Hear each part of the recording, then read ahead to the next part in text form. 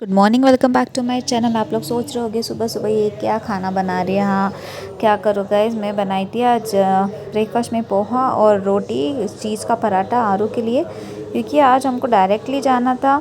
इसको school drop करके जाना था, हॉस्पिटल ड्रॉप करके भी एंड पिकअप करके भी। यस गाइस, तो मैं बोली थोड़ा रोटी वोटी खाएगी तो हेवी रहेगा, तो थोड़ी देर वो रह जाएगी हॉस्पिटल में। वैसे तो हम उसके लिए चिप्स बिस्किट्स फ्रूट्स लेके गए थे, लेकिन फिर भी बोलते हैं ना, बच्चों का कोई भरोसा नहीं होता। बेचारे का पेट भरा हुआ रहता है तो वो चिड़चिड़ नहीं करता है। ब्रेकफास्ट बना के सबको दे के फिर मैंने भी खाया। और ये देखिए, आज मैं नहीं गई थी हारू को ड्रॉप करने स्कूल, उसके पापा अकेले ही गए थे। एंड अच्छी बात ये है कि वो आज बिल्कुल भी नहीं रोई। फिर हम निकल गए, ऑलमोस्ट सुबह के 9:30 बजे हम निकले थे हॉस्पिटल के लिए।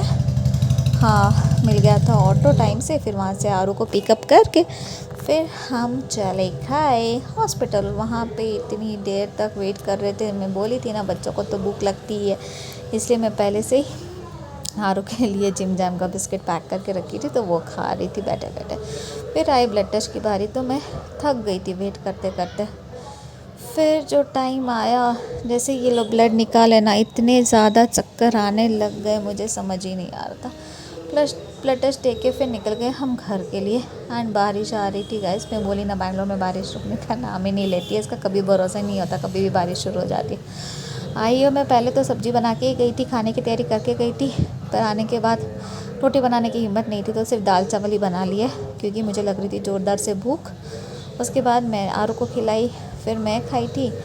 खाने के बाद थोड़ी देर सो के उठी, और आज ऐसे ट्रेजेडी हो गई ना, मेरे ससुर जी को भी एडमिट कर लिया था हॉस्पिटल में, तो घर पे कोई भी नहीं था।